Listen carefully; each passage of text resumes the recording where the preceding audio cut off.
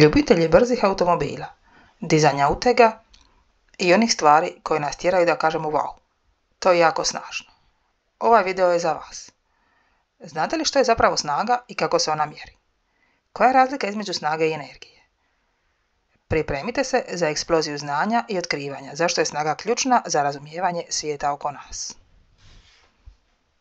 Ako uzmemo za primjer dvije dizalice. Jedna dizalica teret od mase, na primjer 5 tona, podiže za 5 minuta, dok druga dizalica taj isti teret podiže za 3 minute. Što mislite, koja dizalica ima veću snagu? Odgovor mi napišite u komentarima.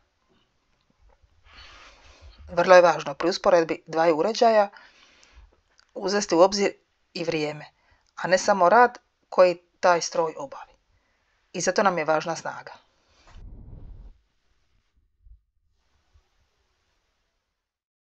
Zato snagu definiramo kao fizikalnu veličinu koja pokazuje koliki rad obavi stroj ili čovjek u jedinici vremena.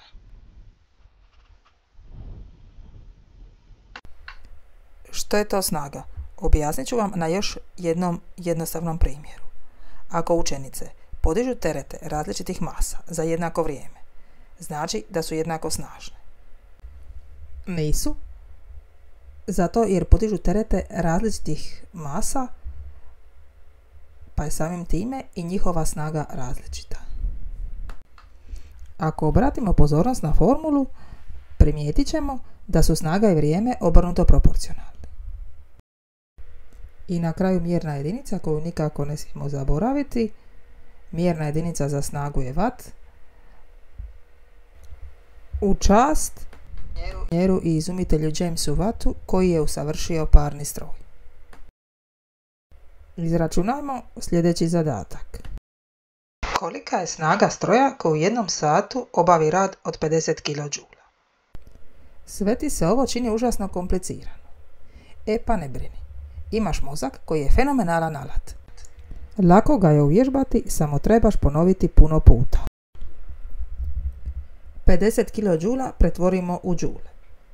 1 kJ je 1000 džula, što znači da je 50 kJ 50.000 džula.